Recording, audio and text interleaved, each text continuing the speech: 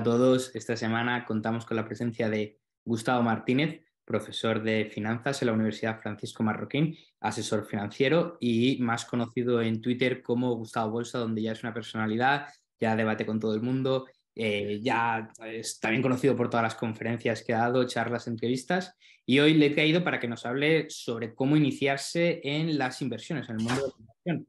Así que la primera pregunta, Gustavo, ¿qué significa invertir?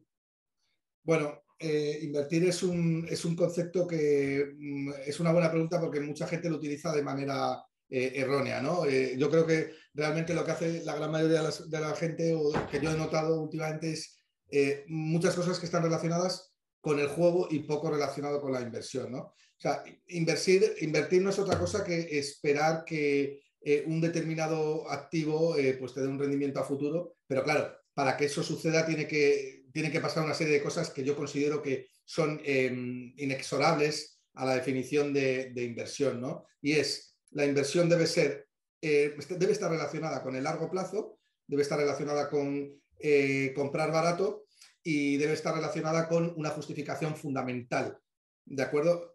Por tanto, yo creo que es importante en este contexto separar lo que es inversión de lo que no, de lo que es especulación, de lo que es juego, de lo que es adrenalina, de lo que sea. Pero realmente lo que es invertir propiamente dicho es aquello que está relacionado pues, con un poco con el aburrimiento, con la paciencia, bueno, pues como decía Peter Lynch, ¿no? El famoso gestor de Magellan, ¿no? Cuanto más aburrida es una empresa, más le gustaba a él, ¿no? Porque más consideraba que podía ser inversión. Eso yo creo creo que se ha perdido mucho, ¿no? O más que se ha perdido es que no se ha aprendido demasiado bien, ¿no? La gente habla de invertir en Twitter, por ejemplo, y le llama inversión a cualquier cosa, ¿no? Pero la inversión, en mi opinión, tiene que tener una serie de características, ¿no? ¿Y por qué alguien invertiría? Bueno, realmente siempre estamos constantemente invirtiendo, ¿no? Cuando no estamos, siempre que nos juntamos no tenemos liquidez, estamos invirtiendo, ¿no? O estamos, ya no solamente tiene que ver con el intercambio de moneda fiat, ¿no? También podemos hablar de la inversión en ocio, la inversión en viajar, la inversión en cualquier cosa, ¿no? La realidad es que cuando tú no tienes liquidez, la liquidez es un seguro, realmente, ¿no? Es un seguro que te permite bueno, pues mantener o querer comprar algo más barato en el plazo o hacer en spot un intercambio, ¿no? Pero no deja de ser un seguro, ¿no? Entonces, tener liquidez si no vas a efectuar algún tipo de transacción o realmente por cobertura, por miedo, pues no tiene sentido, ¿no? Entonces, esa liquidez tienes que ponerla a trabajar. Y la gente invierte porque espera tener unos flujos de caja sobre esa liquidez a futuro, ¿no? O sea, espera obtener beneficios del... Bueno, espera rentabilizar esa liquidez, ¿no? Entonces, suena algo bueno, ¿no? Algo que recomendarías a la gente hacer. Entonces, ¿cómo podría la gente, alguien que no sabe, que no tiene muy claro qué es esto de invertir, iniciarse en el mundo de la inversión? Bueno, es muy buena pregunta, ¿no? A ver, y como todo en la vida es necesario, la inversión requiere una disciplina, ¿vale? Invertir no es nada fácil. La gran mayoría de españoles invierten en vivienda porque dentro de la medida de las posibilidades, pues digamos que la vivienda sí que es un activo relativamente fácil de valorar, ¿no?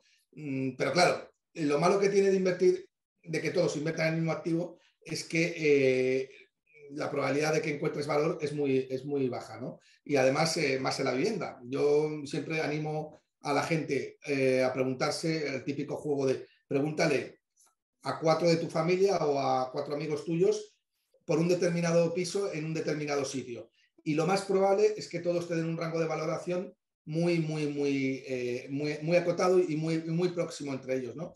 Sin haber hecho prácticamente ningún tipo de esfuerzo matemático o haber hecho ningún tipo de estudio o incluso de cursos de valoración o lo que sea, ¿no? Que quiere decir que en eso, pues, es bastante, ¿no? Es bastante sencillo, ¿no? Valorar un activo como la vivienda. Sin embargo, cuando estamos hablando ya de valorar empresas, pues la cosa se complica bastante, ¿no? Y es ahí donde está el valor, ¿no? El valor está en las empresas y a largo plazo. Pero claro, para valorar una empresa requieres de necesitas varios skills, ¿no? Uno de ellos es hablar inglés o leer bien el inglés, porque la gran mayoría de las cuentas de pérdidas y ganancias o de las memorias profesionales de las empresas se escriben en inglés. Y luego entender contabilidad, ¿no? Porque la contabilidad es básica, ¿no? Es una herramienta básica de la valoración. Esto, entender contabilidad, yo creo que es algo que puedes aprender en 6 meses. Y bueno, y hablar inglés, pues prácticamente todo el mundo sabe. Además de eso, el buen inversor tiene que tener, en mi opinión, las ideas bastante claras, ¿no? Y yo creo que para mí el mejor inversor es el que aúna conocimientos de mercados con conocimientos de economía. Entonces yo, a lo largo de mi carrera, he considerado o me he topado que me he dado cuenta que los mejores inversores eran aquellos que tenían un conocimiento profundo de la escuela austriaca, del ciclo económico y además sabían invertir, ¿no? Y hacían inversión por valor tipo value investing, ¿no? Que no es una disciplina per se, porque el value investing es comprar barato, o sea, en realidad todo es value investing, ¿no? Incluso el growth o el crecimiento, ¿no? Entonces, bueno, eso yo creo que cualquier persona que tenga conocimientos de economía, que tenga conocimientos de mercados financieros, va a invertir de esta manera que te estoy diciendo yo. Cuando hablamos de invertir es un poco cajón desastre donde metemos muchas cosas, ¿no? Pero ¿qué tipos de inversiones existen? Porque cuando un inversor está trabajando no siempre hace lo mismo, ¿no? Puede elegir entre varios tipos de inversiones. ¿Cuáles son estos? Bueno, si nos ceñimos a lo que es los mercados financieros, pues podemos tener los que hablan de inversión de corto plazo, los que hablan de inversión de largo plazo, los que hablan de un tipo de inversión de crecimiento o growth y los que hablan de un tipo de inversión de value investing o empresas que son generadoras de flujos de caja, ¿no? Entonces, yo la verdad es que a mí me gusta más distinguir si bien no me gusta tanto distinguir entre growth y value investing, para los que no lo sepan, ¿no? El value investing consiste en comprar empresas que están cotizando por debajo de su valor intrínseco y que este valor intrínseco responde a un descuento de flujos a futuro que la empresa es capaz de generar, traídos al presente, que como sabes, una renta no vale lo mismo hoy que dentro de unos años, por incertidumbre, por el coste de oportunidad de la liquidez, por inflación, etcétera, etcétera. Y luego tenemos el tipo de inversión de growth, ¿no? Que, bueno, pues que es más interesante si lo que quieres es, permíteme la expresión, pegar el pelotazo más adelante, pero pegar un pelotazo, ¿no? Entonces, a mí eso no me gusta distinguir porque ambos tipos de inversión pretenden comprar barato. Hombre, si alguien está invirtiendo en Tesla es porque piensa que va a valer más, con lo cual está comprando barato, ¿no? O por lo menos está creyendo que compra barato. Y si alguien compra Coca-Cola ahora o McDonald's, que son empresas del tipo value, en caso de que pudiera haber valor, es porque también opina o cree que o está descontando que puede comprar barato, ¿no? Entonces, ¿cuál es la línea que separa uno de otro? Pues no hay ninguna, ¿no? En las dos quieres comprar barato. Entonces yo diría que el tipo de inversión o un poco más la diferenciación que tenemos que hacer es si estamos invirtiendo en activos de larga duración o estamos invirtiendo en activos de corta duración. Esa para mí es un poco la distinción, ¿no? ¿Qué son los activos de larga duración? Pues aquellos que dilatan más sus flujos de caja futuro y que por tanto son más sensibles a las variaciones de los tipos de interés. Activos de corta duración, por contra, son aquellos que tienen flujos de caja más cercanos al tiempo y que son menos sensibles al tipo de interés. El caso del value investing, el primero, y el caso del growth, el segundo. ¿Y tú, Gustavo, qué recomendarías? ¿Invertir más a corto o a largo plazo? Bueno, esa es una gran pregunta. De hecho, yo creo que es la pregunta del millón, ¿no? No se trata, Edu, de invertir a largo plazo o a corto plazo. Se trata de invertir en activos de larga duración o de corta duración. Los activos de corta duración son aquellos que en promedio tardan menos en recuperar los flujos de caja al margen de los vencimientos, ¿no? Y eso puede pasar porque estos flujos de caja se generan ya o son generados por las empresas que no pasa en los activos de larga duración o que tienden a generar esos flujos de caja más a futuro, ¿no? En los primeros, el tipo de interés incide menos que en los segundos, que la variación de tipos de interés en los activos de larga duración hace que sean más arriesgados, ¿no? Entonces lo que tienes que descontar, y aquí es donde yo me he nutrido bien con la escuela de Álvaro Guzmán de Lázaro y Fernando Bernal, lo que tienes que ser capaz de descontar es si estás en un ciclo económico o estás en otro ciclo económico, ¿no? Entonces, es verdad que lo que dicen muchos gestores es que hay que pasar un poco de la macroeconomía porque es bastante impredecible, pero vale, no tratemos de averiguar qué va a pasar con la macroeconomía, pero sí podemos descontar un escenario, un ciclo económico en el que estamos. Ahora mismo es obvio que estamos en un periodo de cambio, ¿no? Estamos pasando de la expansión al auge a una potencial crisis o recesión. Es obvio que no estamos al inicio de un periodo expansivo. Bueno, pues sabemos que los tipos de interés están en máximos y que lo más probable es que caigan, ¿no? Pues si caen los tipos de interés o predices que vas a caer o descuentas que vas a caer, es más rentable posicionarse en activos de larga duración, porque sabes que van a afectar más esa bajada de tipos de interés al precio, con lo cual tu rentabilidad sobre la compra del activo va a ser bastante mayor, lo que se denomina tu ROE o tu Return of Equity, ¿no? Uh-huh. Y has hablado ahora de inversión value e inversión growth. ¿Qué opinión te merece la inversión quality y la inversión momentum? Bueno, yo no soy un experto en ese tipo de inversiones, ni tampoco. Creo que tengo compañeros a los que le están empezando a dar resultados o algunos que tienen bastante buenos resultados. El momentum es un poco jugar al timing también. Tiene que ver mucho con la psicología de mercado, con la psicología de masas, con lo que crees que van a hacer los demás, pero que luego pueden que lo hagan o no.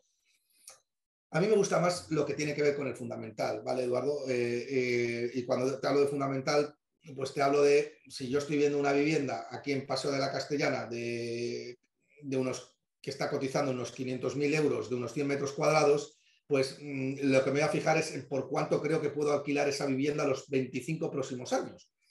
Los primeros años son los que más me van a interesar porque, como bien sabes, por la ley de la preferencia de liquidez, son los flujos de caja que más pesan y los últimos años son los que menos me van a interesar, con lo cual le daré un valor residual a partir del valor 20, pero más o menos tendré un valor aproximado de lo que vale la vivienda, ¿no?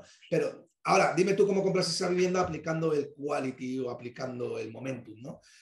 Pues yo soy más tradicional, ¿no? Más de la escuela de Buffett, de Peter Lynch, de Greenblatt, en ese sentido. Pero, eso sí, he de reconocer que tengo compañeros, conozco a gestores que lo han aplicado y les está dando buenos resultados.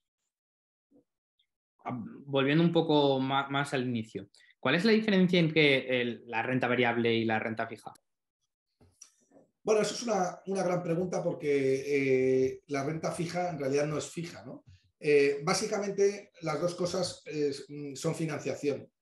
Cuando una empresa quiere financiarse, lo puede hacer a través de dos maneras, o emitiendo acciones o emitiendo bonos. Es decir, o pido prestado el dinero a un banco o se lo pido prestado a un accionista. En un caso voy a tener el compromiso de darle una participación de la empresa y, por tanto, el accionista quiere el derecho de participar en los beneficios futuros de la empresa o al derecho a votar, dependiendo del modelo de la acción. Y en el caso de un bono, pues no tienes que pagar una serie de capital más intereses, ¿no?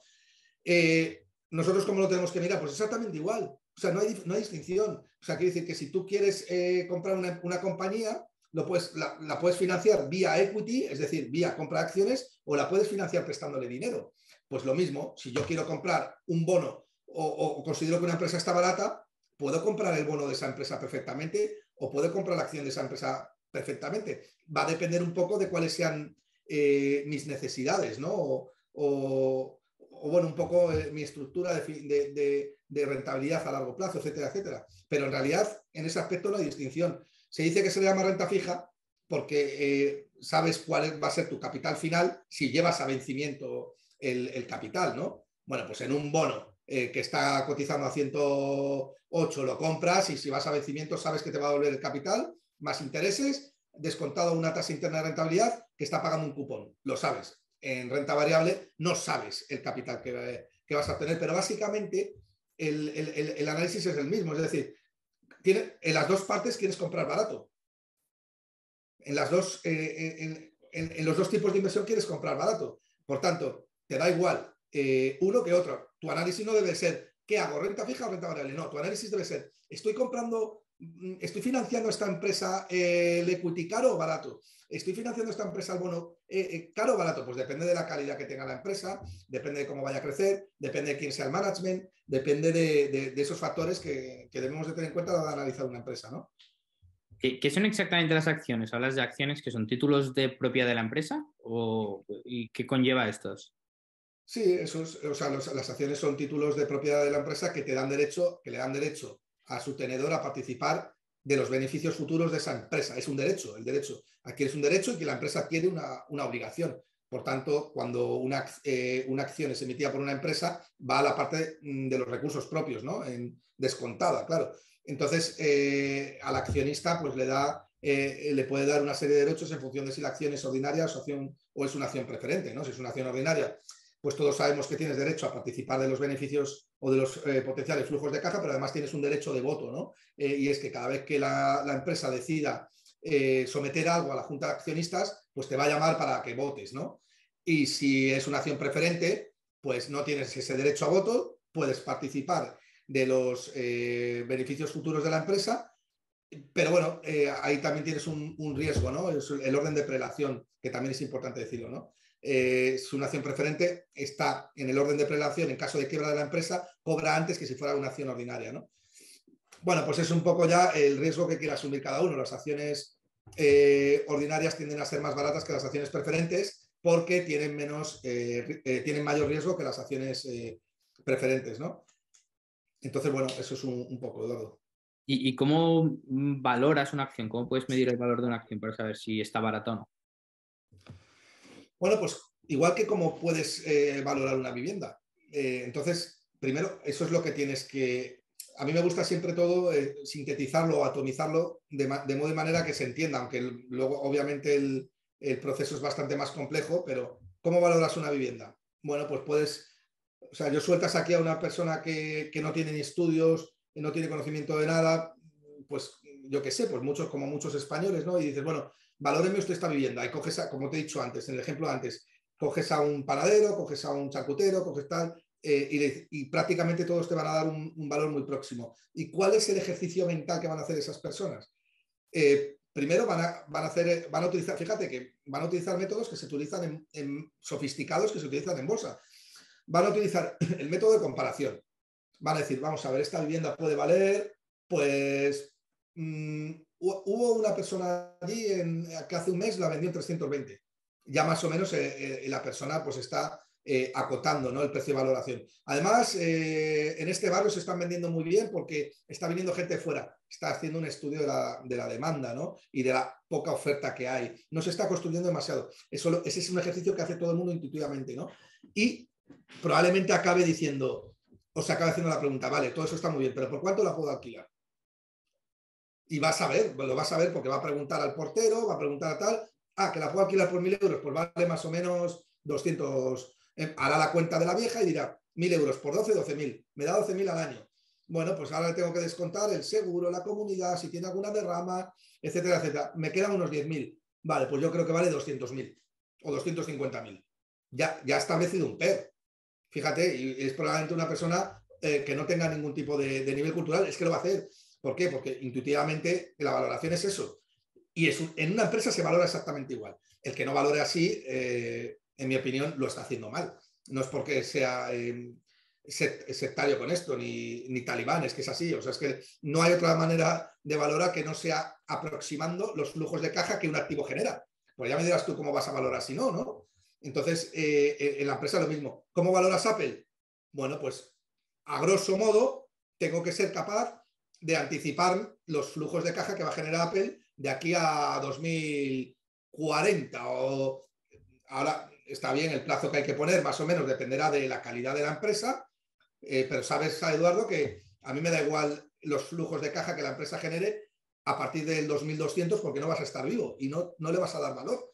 Así que lo que vas a darle valor tú va a ser a los 20 primeros años como muchísimo, ¿vale? Y Apple da la casualidad que está per 20, ¿no? Pero como muchísimo, porque los flujos de caja de 20 años son muy ciertos, están muy presionados por la inflación, pues no te valen prácticamente para nada, porque las personas por la ley de la preferencia temporal de la liquidez, es una ley praxeológica, ¿no? Deseamos consumir hoy cuanto antes, ¿no?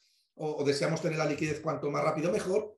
Y bueno, pues eso es un poco el método de aplicación, pero es básico, o sea, es muy sencillo. O sea, valorar es intuitivamente muy sencillo porque forma parte de la lógica del ser humano, del razonamiento del ser humano, ¿no? Ahora, desde el 8 de noviembre, Twitter ya no está en bolsa, pero si ahora volviera a bolsa Twitter, ¿comprarías acciones de Twitter bajo la administración de Elon Musk? Sí, sin lugar a dudas. Y antes de esta de Elon Musk también. de hecho, yo llevo acciones de Twitter, ¿no? Y yo creo que Twitter, para mí no es una empresa growth, es verdad que siempre ha estado muy por debajo bueno, mejor dicho, ha estado cara, ¿no? En teoría, porque los flujos de caja que genera no responden a realmente a su valor, digamos, a su cotización, ¿no? De los flujos de caja que genera, digamos que está siempre en un peralto, ¿no? Pero la realidad es que para mí Twitter es una empresa mucho más allá que una red social. Creo que tiene un poder impresionante, ¿no? Entonces necesitas dar con esa tecla para convertirse en algo que no tiene ningún tipo de competencia. Para mí, yo lo que más valoro a la hora de invertir, Eduardo, es el moat o lo que se denomina en inglés foso defensivo, ¿no? Moat es en inglés ventaja competitiva, ¿no? Es el denominado foso defensivo que te simula un castillo que tiene una especie de foso de agua por donde la gente no puede pasar y lo que simula es que hay una barrera a la entrada, ¿no?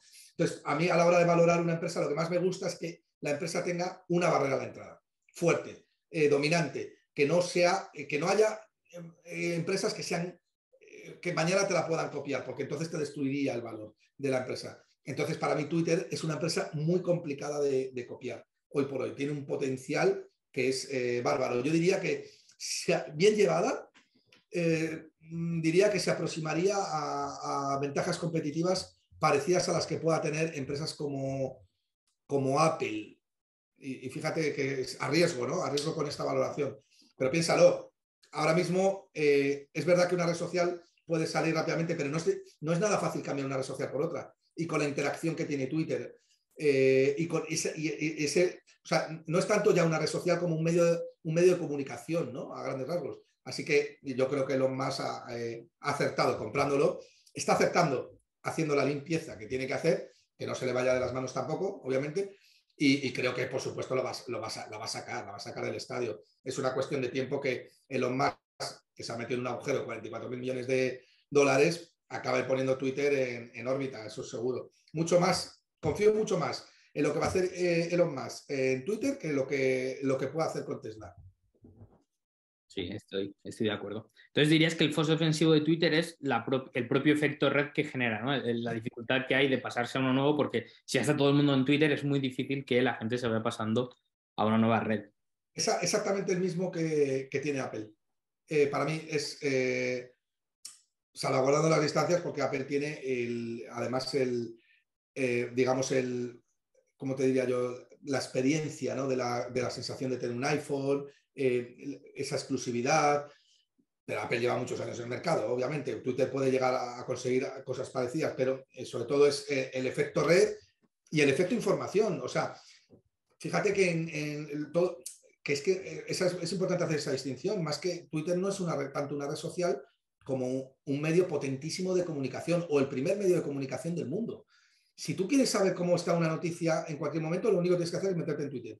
No te metas en el Wall Street Journal, no te metas en Bloomberg, no te metas en ningún lado, métete en Twitter y vas a tener la información contrastada de muchos sitios. Sí, y Elon Musk se ha encargado de repetirlo estos días de la mejor información sobre el Mundial aquí, la mejor información sobre no sé qué está aquí, todo el mundo está hablando de ese tema aquí.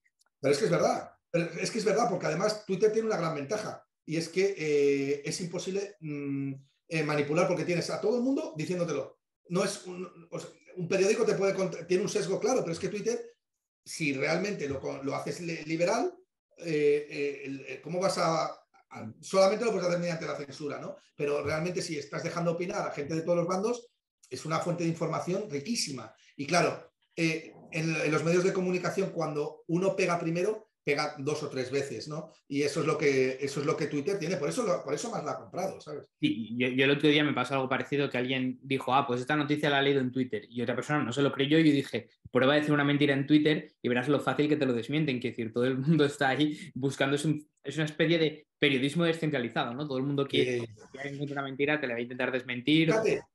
Fíjate, Eduardo, que en Twitter funciona muy bien el capitalismo, pero de una manera impresionante. Twitter premia, mejor dicho, los usuarios de Twitter tienden a premiar a las personas que mejor lo hacen y que mejor información dan.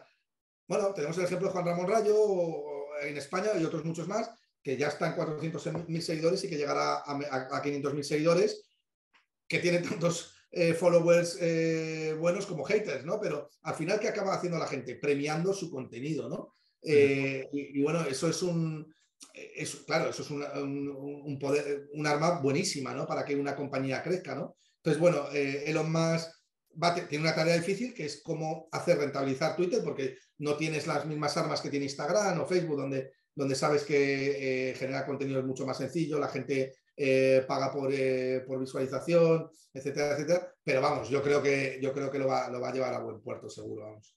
Volviendo al tema de las inversiones, antes hablábamos de acciones, estamos ahora hablando de acciones. Bonos, también has mencionado los bonos. ¿Qué son los bonos? Bueno, los bonos básicamente son un préstamo. Es decir, yo a ti, Eduardo, decido prestarte, me pides a mí 5.000 euros y eso es un bono, ¿vale? Lo que pasa es que cuando la empresa lo hace, pues hace una emisión, ¿no? Cuando haces una emisión, la empresa se financia a través de una serie de deudores, perdón, de acreedores que van a prestar a esa empresa. Eso es un bono. ¿Y qué es entonces el bono? Pues nada, el bono es un capital que necesita ser trasladado en el tiempo y que por tanto va a tener un efecto de tipo de interés y riesgo. ¿De acuerdo? Entonces, ese capital no va a valer hoy lo mismo que dentro de unos años. Básicamente, si tú quieres llevar ese capital a futuro, lo que vas a tener que hacer es capitalizar, y capitalizar se consigue añadiendo el tipo de interés. Y si tú te quieres traer esa renta del futuro al presente, lo que vas a hacer es descontar o actualizar. Y eso se consigue dividiendo, ¿no? Por el tipo de interés, descontando el tipo de interés, ¿no? ¿Y qué es el tipo de interés? Bueno, aquí tú, Eduardo, sabes mucho de esto, ¿no? Pero bueno, a mí siempre me gusta la definición austríaca, ¿no? De que es el coste de oportunidad de los factores productivos con respecto a los bienes presentes, ¿no? O mejor dicho, el tipo de interés, como trato de explicar a los alumnos, es la preferencia temporal que tienes por la liquidez, ¿no? Básicamente, si cuanto más aumentas los tipos de interés, más preferencia temporal tienes por la liquidez, más valoras la liquidez y, por tanto, más vas a poder comprar o bienes presentes vas a poder adquirir con esa liquidez, ¿no? Vale, también lo podemos definir el tipo de interés, pero siempre es lo mismo, ¿no? Como el cruce que existe entre el tiempo y el riesgo, pero al final siempre es lo mismo, ¿no? Aquí sí me gustaría saber cuál es tu visión.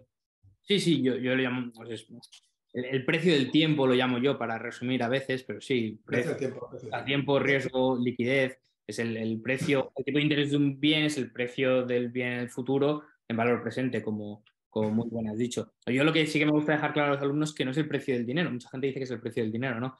Es el precio del tiempo, solo que se expresa en dinero, entonces parece ser Se que... podría definir como el precio de la deuda, más que el dinero.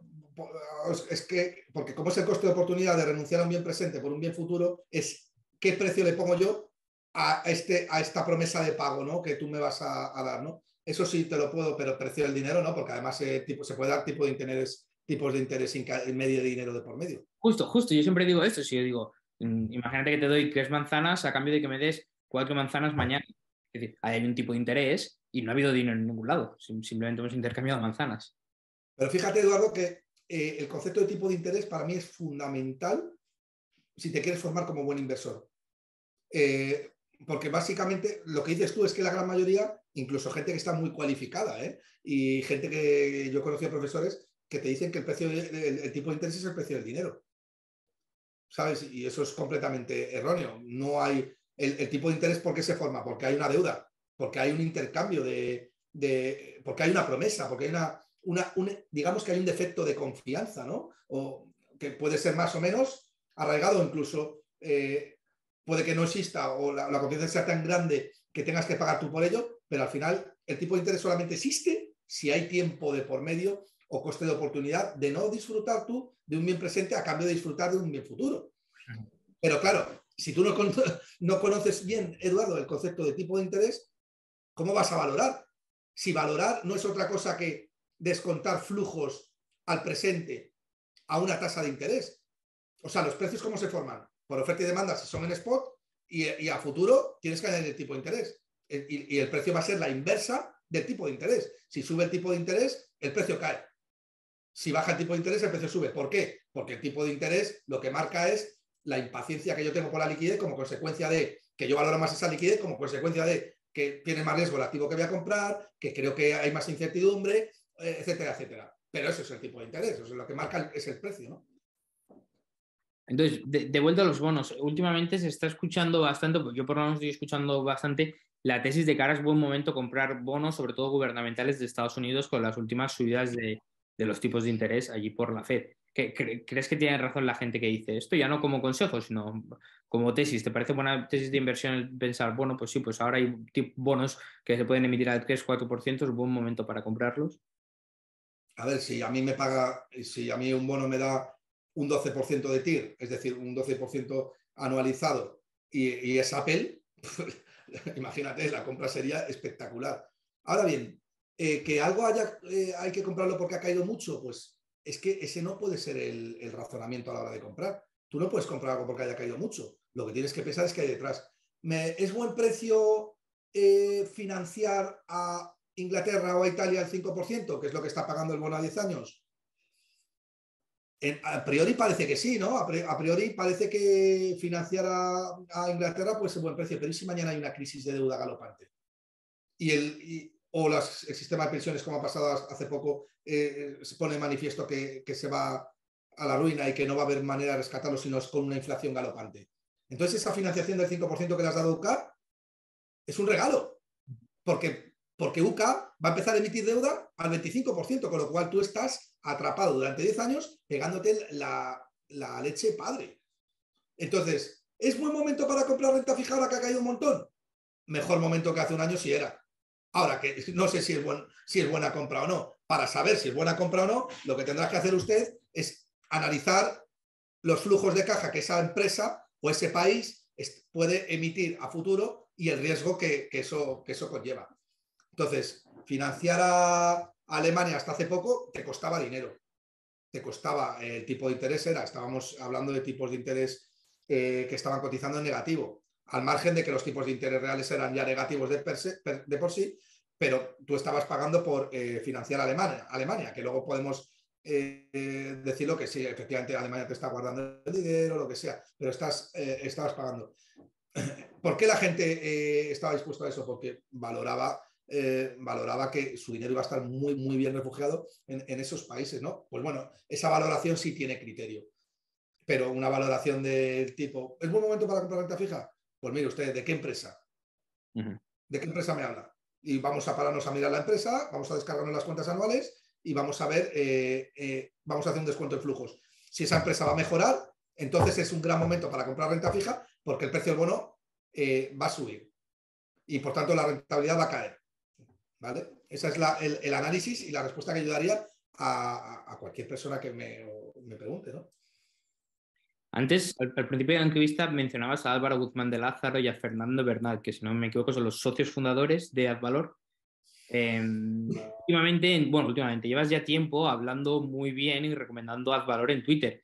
¿Qué es lo que te hizo recomendar Advalor? ¿Qué es lo que hizo darte cuenta que era un buen fondo? ¿Por qué lo recomendaste? Y háblanos un poco de tu experiencia teniendo razón en esto.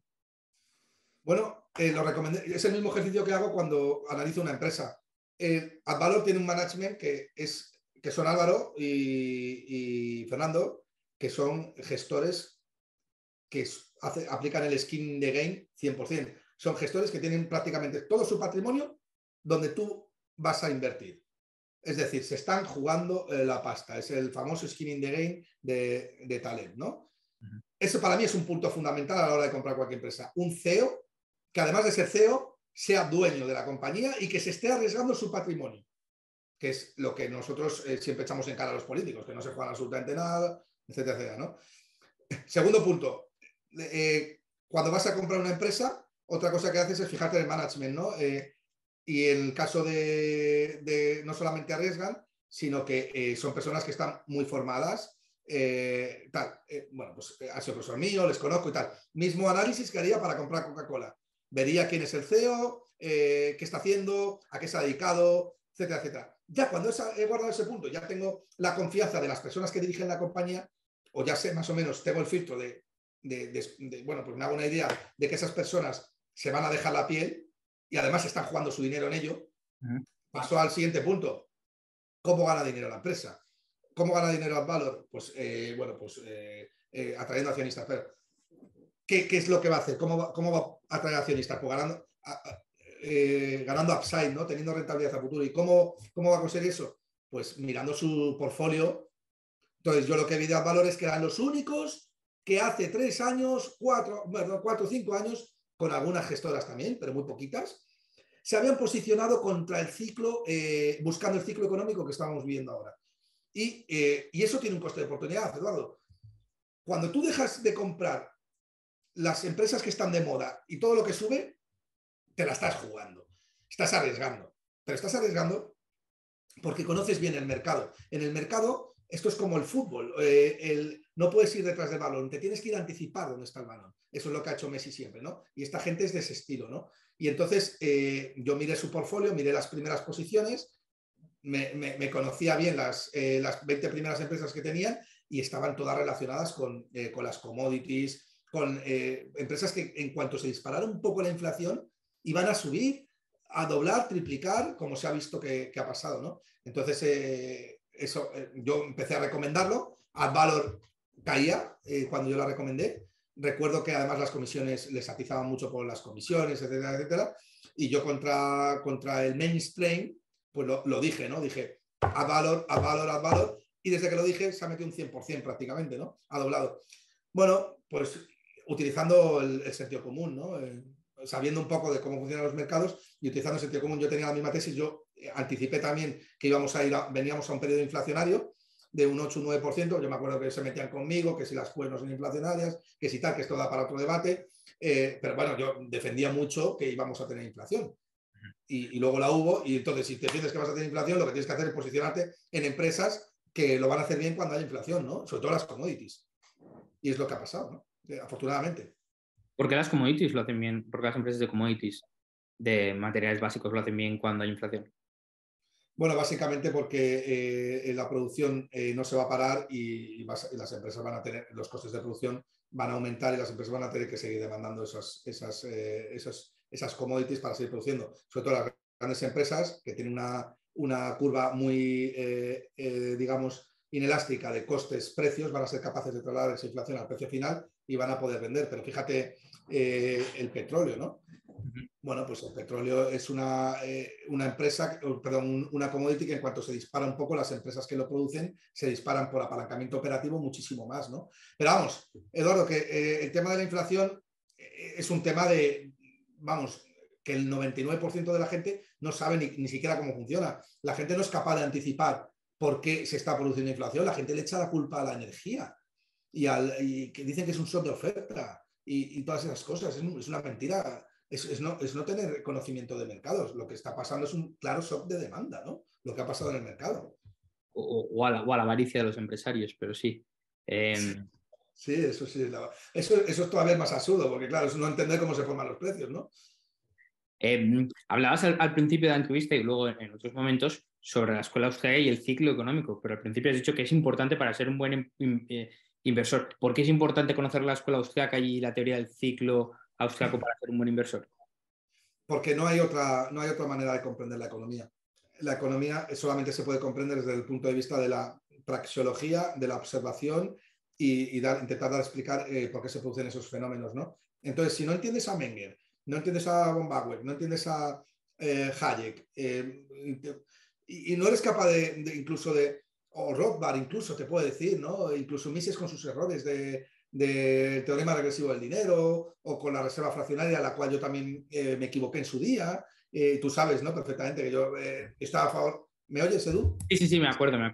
Está a favor del coeficiente de caja 100%, ¿no? Luego me di cuenta de qué estupidez estoy defendiendo. Si el precio de la deuda, que tú puedes emitir tanta deuda como quieras, que ya se encargará el mercado de ponerle precio a esa deuda, ¿no? Pero bueno, hay que evolucionar. Pero creo que si no tienes, si no sabes lo que te he dicho antes, Eduardo, si no sabes lo que es el tipo de interés, difícilmente vas a poder tener digamos, un espectro importante de cuál es la valoración de algo porque no entiendes muy bien cuáles son los mecanismos que afectan a esa valoración. En ese sentido, yo tuve a Álvaro Guzmán de Lázaro cuando él tenía 36, 37 años, hace 11 años en el Instituto de Estudios Bursátiles, hace 12 o 13 años que estudié yo el máster en mercados financieros y bolsa, y cogió a Álvaro Guzmán y su clase era de valoración de empresas. Bueno, pues tenías que haber visto la clase, Eduardo. En las primeras clases era una risa. O sea, un tío que llega a clase, se saca una chuleta y se pone a citar a Rothbard. 2 clases enteras hablándonos de Robinson Crusoe, la vara, los cocos, y todos estábamos así, no entendíamos nada. Como, y este tío que nos dice, bueno, a la 4ª clase nos levantamos todos a aplaudir. Entendimos cómo se valoraba. Pero claro, si tú llegas aquí en la primera clase y te pones a hablar de free cash flow, yield, de ROEs, de ROCEs, de PERs ajustados, no sé qué, pues oye, es que eso no me interesa. A mí lo que me interesa es cuántas horas tiene que pasar Robinson Crusoe de consumir de su ocio o renunciar a su ocio para hacer una vara que es un factor productivo que le permita adquirir más cocos. Eso es lo que tú tienes que entender si quieres ser un buen inversor. Si no, no vas a ser un buen inversor nunca. Vas a tener mejores o peores aciertos, pero no vas a comprender cuál es el ADN de la economía y de los mercados financieros. Y sí, estoy bastante de acuerdo. Y sobre la inflación que hablabas hace poco, que decías que la gente no lo entiende, ayúdanos a los que no la podamos entender muy bien a explicarnos lo que es exactamente la inflación, cómo se causa, por qué ahora tenemos inflación. Bueno, tú sí la entiendes bien lo que es, ¿no? Pero la inflación es una pérdida de... La inflación es un fenómeno monetario siempre. Pero cuidado con esto. O sea, Yo ya no no estoy sé, tan de acuerdo, pero bueno, a ver. pero no quiero decir que con eso no se produzca inflación, que las cosas, digamos que los conductos de inflación no sea, por ejemplo, una caída en la producción, ¿vale? Pero ¿cómo se puede producir una inflación con un trueque diferido? Imaginemos que no hubiera pasivos financieros o divisa emitida por los estados. ¿Cómo se produciría inflación de plátanos contra manzanas, peras, no sé qué? Es que no podría ser. O sea, para que haya inflación tiene que haber una pérdida del valor o un deterioro del pasivo financiero, ¿no? Y para que haya un deterioro del pasivo financiero solamente puede pasar 2 cosas. O que se produzca menos y por tanto haya más pasivos financieros persiguiendo bienes o servicios, o que se oferten más pasivos financieros que bienes y servicios. Pero puede pasar por el lado de la oferta y la demanda del pasivo financiero o por el lado de la oferta y de la demanda de la producción. Pero es eso, o sea, es la ecuación de Friedman, es la ecuación de que te relaciona producción o pagos con costes o dinero, ¿no? Básicamente es eso, ¿no? Entonces, ¿yo qué es lo que vi? Bueno, pues que las quantitative easing, no directamente, porque las quantitative easing, las medidas cuantitativas, al comprar tus activos en el activo de los bancos centrales tienes los bonos, pero en el pasivo creas reservas y las reservas no salen dentro del circuito bancario, ¿vale? Eso no genera inflación per se, pero si tú estás comprando deuda continuamente, ¿qué va a pasar con el precio de esa deuda? Pues que la elevas. ¿Y qué pasa cuando elevas el precio de la deuda, que es la tasa libre de riesgo? Pues que el spread del resto de activos con respecto a la tasa libre de riesgo se ajusta al alza. Es decir, que las personas que tienen una vivienda de 300.000 euros pasan de tener una vivienda de 300.000 a 400.000 euros. ¿Vale? Es decir, por arte de magia, porque la Fed le da la gana, tú eres más rico. ¿Y qué pasa cuando una persona más rica que gasta más? ¿Y qué pasa cuando una persona gasta más? Pues que hay inflación, que acaba generando inflación. Y eso es lo que ha pasado. Al margen de que el acelerador, en última instancia, haya sido que se haya inyectado o se haya ampliado la oferta monetaria en un 25% en los últimos años. Pero es lo mismo que se lleva haciendo durante todo el proceso de las quantitative easing. Vale, yo compro a los que defienden que las quantitative easing, que son la gran mayoría, no producen inflación, yo les compro que no directamente, pero indirectamente es obvio.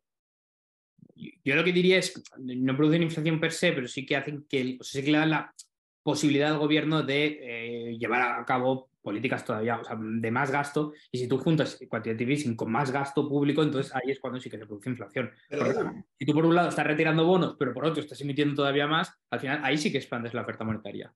sí, pero al margen de que para expandir la oferta monetaria se tienen que crear depósitos y eso solamente lo pueden hacer los bancos comerciales y eso no hay ningún catalizador detrás, nada más que la propia confianza que tienen los bancos, que hagan los bancos comerciales. Lo que sí que está claro es que para valorar, tú valoras contra la tasa libre de riesgo. Si la tasa libre de riesgo está al 7%, tu valoración siempre va a estar por encima del 7%, porque la tasa libre de riesgo te está marcando un 7%. Si tú reduces la tasa libre de riesgo, tomemos la tasa libre de riesgo como la nota americana o como el bono americano de 10 años, si la reduces a mínimos como consecuencia de una compra masiva de 100.000 millones de dólares durante 120 o 90 meses que se han tirado las quantitative easing, estás reduciendo, estás manipulando el riesgo y estás generando riqueza real artificial, ¿sabes? Estás haciendo ver a las familias que son más ricas cuando no lo son. Dices, no, es que mi vivienda ha pasado de costar 300.000 a 400.000, no porque haya aumentado la demanda de vivienda, sino porque simplemente el tipo de interés ha caído. Y como ha caído el tipo de interés, el precio de tu vivienda ha subido. ¿Y eso qué pasa? ¿Eso qué hace? Pues que las personas tengan una falsa sensación de riqueza y que acaba impactando la economía real. Es inevitable que impacte la economía real. Yo ahora mismo que la bolsa cae, me rajo más, me corto más a la hora de hacer un viaje largo que cuando la bolsa sube. Yo cuando la bolsa sube o mis acciones están subiendo, Edu, es que no te puedes hacer una idea de lo que se me va a la mano gastando. Estoy mucho más tranquilo. Entonces, ahí sí que hay una correlación evidente de inflación. Ya, a mí me decía Rayo alguna vez, debatiendo conmigo, me decía, no, es que no hay correlación, no implica causalidad. Pues digo, joder, pues yo creo que está muy, muy clara, ¿no? Que no es casualidad, ¿no? Yo creo que es más causalidad que otra cosa, ¿no? Mencionabas también el tema de la reserva fraccionaria, el 100%, y es verdad que yo te conocí siendo 100%ista. Y además, en el tiempo que te he conocido, también te conocí siendo un gran opositor o por lo menos escéptico del Bitcoin. Es una de las cosas en las que tu opinión ha cambiado bastante, creo, por lo menos algo en ese tiempo. Bastante, bastante. Sí, vale, bastante, sí, yo también lo creo. ¿Qué opinión te merece ahora Bitcoin? Pues me gusta mucho. De hecho, yo creo que está salvaguardando muy bien el embate de la Fed. Ahora, bueno, hemos tenido el problema de FTX, pero vamos, que eso no tiene nada que ver le puede pasar a cualquier empresa, ¿no? Bueno, pues estaba claro, ¿no? Que iba a haber empresas de este tipo que iban a quebrar, pero no es que es un problema de liquidez, claro, es que eso en los bancos también pasa. Es que, a ver si me entiendes, si todo el mundo va a FTX a retirar las criptodivisas, pues quiebra, pues igual si lo hace por el Banco Santander, ¿no? O sea, ese no es el análisis. El análisis es que Bitcoin puede convertirse en una alternativa o digamos, un competidor del oro a futuro. Yo lo veo más como un competidor del oro a futuro, ¿no? Sí, yo sí que lo veo bastante claro, pero sí, yo, por ejemplo, tengo mi tesis de inversión sobre Bitcoin y es que puede llegar a sustituir al oro como el activo refugio. Entonces yo pienso, bueno, si hubiera tanta capitalización de mercado en Bitcoin como la hay ahora mismo en el oro, ¿cuánto valdría Bitcoin? Entonces... No, pero es que yo no creo que pueda sustituir al oro, porque Bitcoin tiene un problema muy grave y es que tiene una volatilidad inherente a él, ¿no? El problema de Bitcoin, mira, el oro tiene una gran cualidad y es que tiene la oferta lo suficientemente restringida como para diferenciarse muy bien de la moneda fiat y por tanto ser atractivo, pero no es no tan restringida como para ser inherentemente volátil, con lo cual la demanda puede acoplarse a la oferta. Me sigue lo que te quiero decir, ¿no? Es decir, si aumenta mucho la demanda de oro, los productores pueden aumentar la oferta de oro, con lo cual eso reduce la volatilidad, porque si aumenta la demanda y la oferta, los precios no varían. ¿De acuerdo? Pero el Bitcoin no tiene esa propiedad. Bitcoin tiene 21 millones de oferta completamente inelástica y eso es un problema, ¿no? A la hora de solventarlo. Y ahora me dirás, Eduardo, bueno, pero es que se pueden girar letras contra Bitcoin, que claro, algo habrá que inventarse. Es que ese es el ejercicio que tienes que hacer y descontar, ¿no? Sí, sí, bueno, esa es mi tesis, que en un futuro llegará un Claro. futuro Y sustitutos. es súper inteligente la tesis. Si eres capaz de anticiparte a cómo Bitcoin va a ser capaz de sobrevivir o ser un buen activo refugio que registre riqueza en el tiempo, intertemporalmente, ya no tanto intratemporal, o sea, no te hablo de bien de intercambio generalmente aceptado, te hablo de activo que sea activo refugio, que no lo es, hoy por hoy es un activo de riesgo, ¿no? Ya lo hemos demostrado, ¿no? Ya demostrado, o al menos en la percepción que tienen la gran mayoría de tenedores de Bitcoin, ¿no?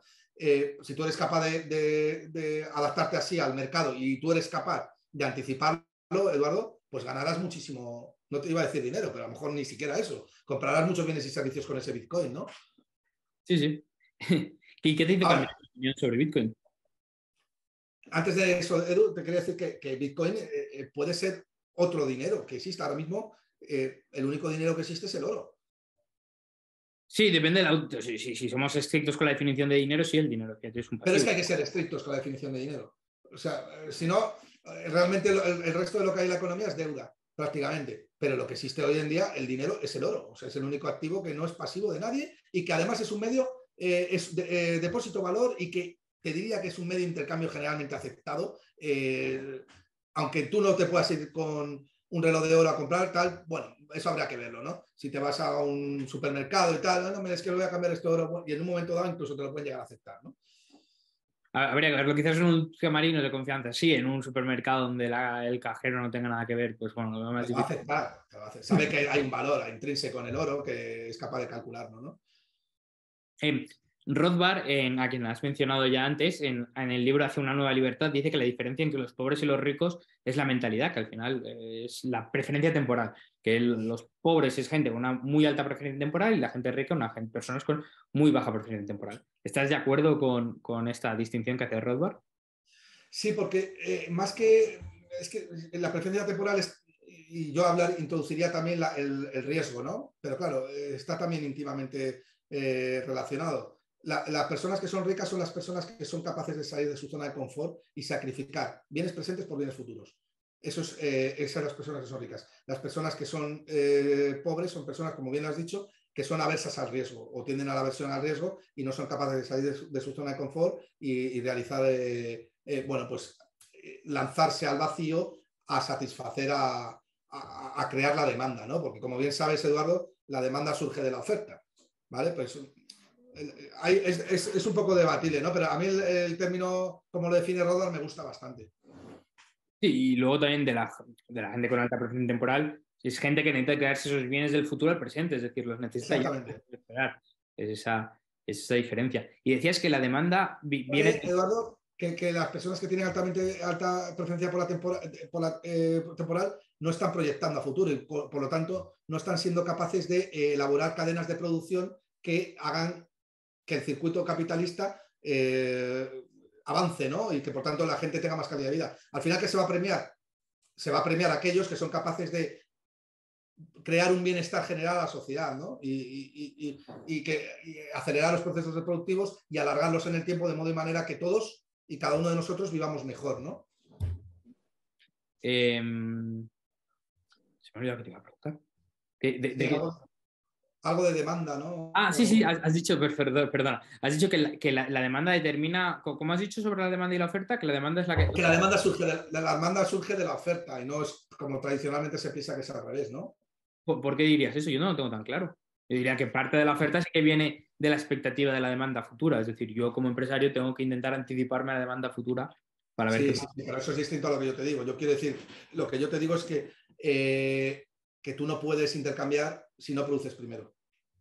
Por mucho que... Vale. Sí, sí, sí. O sea, eso es la ley de Say, ¿no? De Jean-Baptiste Say, ¿no? Que te dice que para que tú puedas ir al mercado, primero tienes que tener un bien con el que intercambiar y de alguna manera lo has tenido que producir. Sí, sí, sí, sí. O sea, no, Para pero poder sí, demandar tiene que haber ofertado primero, tiene que haber producido algo eso es. para tener ese valor. Pero sí, efectivamente, el empresario lo que hace es entra en el mercado y rompe con lo que no existe, ¿no? Y provoca que le da al mercado algo que no ha demandado todavía, pero que va a demandar a futuro, ¿no? Como tú dices, o sea, está anticipándose al futuro. Eso está muy bien remunerado, obviamente, claro. Y volviendo un poco a los inicios, a cómo iniciarse en la inversión, pongamos que yo ahora, vale, acabo de escuchar esta charla, me has convencido que tengo que invertir, he entendido un poco sobre acciones, sobre bonos, sobre cómo valorar una acción, cómo valorar una empresa. Y yo digo, vale, ¿y ahora por dónde empiezo? ¿Qué tengo que buscar en Google? ¿Qué es lo primero que tendría que hacer para meter ya ahí mi dinero y decir, me apuesto por esta empresa porque sé que va a crecer bien, sé que en el futuro va a valer más de lo que vale ahora? Bueno, pues es una buena pregunta, ¿no? En el momento en el que tú ya crees en una empresa, has hecho un análisis que puede ser más o menos correcto, obviamente el análisis perfecto no existe, y quieres que una empresa va a crecer y ya tienes una apuesta hecha, lo que tienes que hacer es abrirte una cuenta en un broker o a través de un banco, ¿no? Un broker, ¿qué es? Un broker es un intermediario financiero y como intermediario pues conecta a los oferentes con los demandantes, ¿no? Entonces te abres una cuenta en un broker, depositas el capital ahí y compras las acciones al contado, en spot, y te aburres. O deberías de aburrirte, ¿no? Porque mira, te voy a decir una cosa, Eduardo, si no te aburres, no estás invirtiendo bien. Como empieces a divertirte con la inversión, estás jodido. Y perdóname que lo diga de modo y manera, pero es que quiero que el mensaje cale. La inversión es aburrida. La inversión no es me levanto por la mañana y veo si mis acciones han subido o han bajado. Porque es imposible que el conjunto de millones de interacciones, de guidelines que tiene un management, de la demanda, de cómo están cambiando las cosas dentro de una empresa, lo puedas ver de un día para otro. Eso es imposible. O sea, que el que compra una acción tiene que saber que esto es aburrido y que va a ir a largo plazo, etcétera, etcétera. Todo lo demás no es inversión. Tiene que ver con la especulación o con el juego, con la diversión. Pero claro, la especulación no tiene un análisis fundamental detrás. La especulación lo que trata es de anticiparse al precio, ¿no? Por lo que crees que va a hacer el resto de individuos. Pero si tuviera un análisis fundamental detrás, necesitarías del tiempo, con lo cual ya no sería especulación. Porque tienes que, sino inversión, porque estás basándote en unos fundamentales justificados, ¿no? Si es que queremos ver la diferencia entre inversión y especulación así, ¿no? Y muy necesaria, Eduardo, muy necesaria la especulación, porque enriquece mucho, o sea, permite, o sea, es que fíjate, Eduardo, no hay nada más eficiente que el mercado. El mercado es un juez supremo de absolutamente todo. El mercado le quita el dinero a quien no lo tiene que tener y se lo da al que lo tiene que tener. ¿Para qué? Para que el que lo tenga que tener ponga en marcha procesos productivos que nos hagan a todos vivir mejor.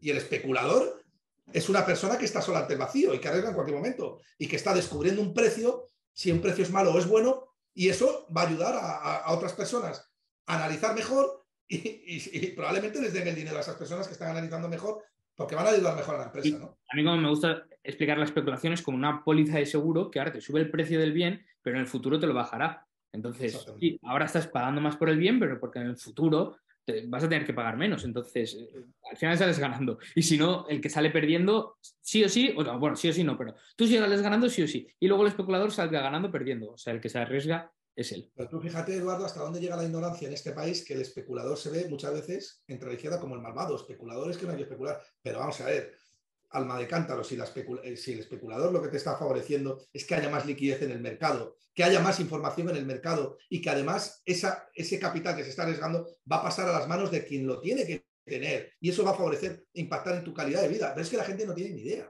de lo que dice. O sea, la gran mayoría de las personas opinan por opinar, están enjuiciadas de una manera muy sectaria, ¿no? Justo te iba a preguntar por eso, si crees que en España hay una buena educación financiera. ¿Y por qué? Si sí, si no, ¿y por qué? Bueno, eso yo como te he respondido, ¿no? La educación financiera en España es de la más paupérrima, pésima y yo diría que incluso intolerable. Y allá donde haya ese tipo de educación, pues hay socialismo, hay impuestos altos, etcétera, etcétera. Claro que no hay educación financiera en España. Si hubiera educación financiera en España, no tendríamos un gobierno socialista, ya sea el PP o ya sea el PSOE, o sea que sea. Y tendríamos unos impuestos muy reducidos. Te puedo comprar que tendríamos unos servicios básicos. Bueno, vale, venga, no somos tan liberales y tan avanzados como para cargarnos lo básico, pero seríamos una sociedad rica. Nadie pediría un salario mínimo interprofesional porque todos ganaríamos muchísimo más que eso, ¿no? Entonces, bueno, claro que obviamente en un país donde 10 millones o 11 millones de personas votan a un PSOE o a un PP o 20 millones de personas, pues entonces obviamente no hay cultura financiera, ¿no? Yo, por ejemplo, hace poco estuve en Estados Unidos, en un pueblecito allí en Estados Unidos, y es gente que yo conozco ya desde hace muchos años. Y lo que me sorprendió es que esta vez por fin empecé a hablar sobre inversiones con ellos, preguntaba a ver si conocían Bitcoin, áreas de inversiones, y lo que me sorprendió es que allí todo el mundo invertía, todos mis amigos son amigos desde hace muchos años, todos invertían y tú les ves, les conoces, son gente, lo que allí llaman redneck, ¿no? Lo más pueblerino, sureño que hay, Sí. gente que se dedica a la granja, se dedica a la vida rural, a cazar, a todo eso, y todos invierten. Y me quedé sorprendido de la educación financiera que hay en Estados Unidos, que yo no me lo imaginaba. Y sí, Mira, sí. Eduardo, sí, pero mira un dato. El 65% de la población estadounidense tiene más del 50% de su patrimonio en bolsa. Te lo iba a decir ahora, ese dato y el de España, que apenas es un 8 o 7% de personas tienen algo de interés en el IBEX. Exactamente, eso es. O sea, en España tú no sabes el valor que yo genero a mis clientes, Eduardo, porque no saben lo que es la inversión y tal y cual, no saben. Pero, y lo que hay en España es completamente. O sea, el concepto que se tiene de la bolsa en España es lamentable. O sea, la bolsa se ve como un juego. La gente no entiende que cuando estás comprando una opción, no estás comprando un boleto de lotería. Estás comprando el derecho a participar en el futuro de los beneficios de una empresa donde hay muchísima gente rompiéndose la crisma para intentar ganar dinero, ¿sabes? Y que de una manera mejor o peor, al menos el esfuerzo va a estar, ¿no? No sé, a mí me resulta lamentable. Yo estuve en Londres hace poco viviendo, como bien sabes, y tal, y yo hablaba con todos los... Cuando me cogía un cab o me cogía un taxi o lo que sea, siempre acababa hablando de mercados financieros. O iba a comprar una Coca-Cola o lo que sea. Es que siempre acababa hablando de mercados financieros con la gente.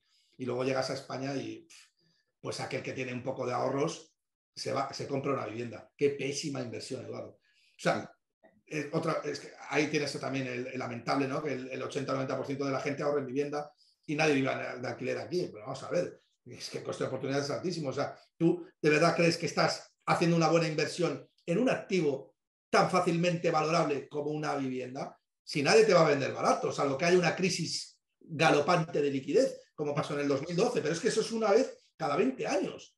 Es que los pisos como estuvieron en el 2012 no van a volver a estar, o en el 2008, en mucho tiempo. O sea, entonces, y encima te apalancas. El banco te la está clavando por todos los lados. Te meten seguros. No sabes si la vivienda se va a regularizar o no. No sabes si te va a tocar un mal vecino o no. Tienes un gasto en CAPEX. Al final, ¿qué tipo de inversión estás haciendo? Y el coste de oportunidad de no hacer otra inversión, que es lo que se denomina el coste del capital, el WACC. Pero es que además, Eduardo, estás atado de pies y mano porque la persona que tiene deuda ya no puede emprender un negocio particular o lo que sea porque está endeudada. Tiene un compromiso a futuro con el banco. Entonces, bueno, esa es un poco pues la fotografía de la cultura financiera en España, ¿no? Y Gustavo, a los que nos están escuchando, ¿qué 5 libros recomendarías para aprender a invertir? Bueno, los dos que he sorteado por Twitter, sí o sí. Uno de ellos es Once Upon Wall Street en inglés, que es de Peter Lynch, que es un paso por delante de Wall Street. El otro que sorteé, ¿cuál era? Sí, el de valoración de empresas de Aswald Damodaran, ¿vale? También yo creo que The Most Important Thing de Howard Marks me gustó bastante.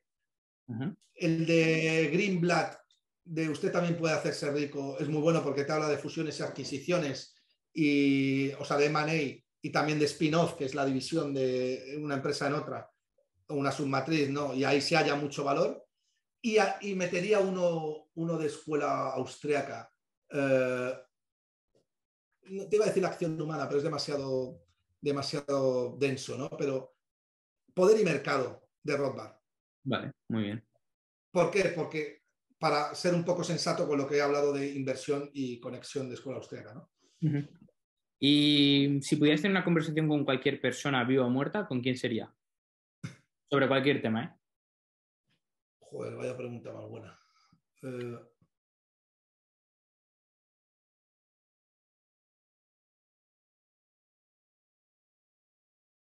Yo creo que con Jesucristo.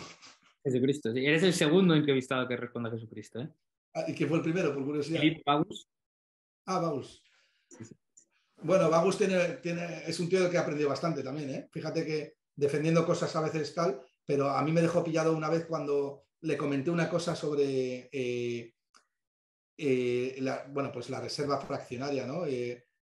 No sé exactamente lo que fue, pero él me dijo que el valor de la moneda fiat, ¿no? Yo le decía a Bagus que la moneda fiat tenía valor porque los estados utilizaban la violencia, ¿no? Y me metí un zasca que me dejó cojo. Y me dice, ya, pero Gustavo, si el 95% de la deuda está respaldada por organismos privados, ¿no? Y luego me dio mucho que pensar eso, ¿no? Pero bueno, un tipo que he hablado un poco con él y tal, muy inteligente. Tengo muy buena relación con Philip. Vale, entonces, Gustavo, ¿dónde puede encontrar la gente más sobre ti? Sobre La mí. gente, ¿dónde puede seguirte?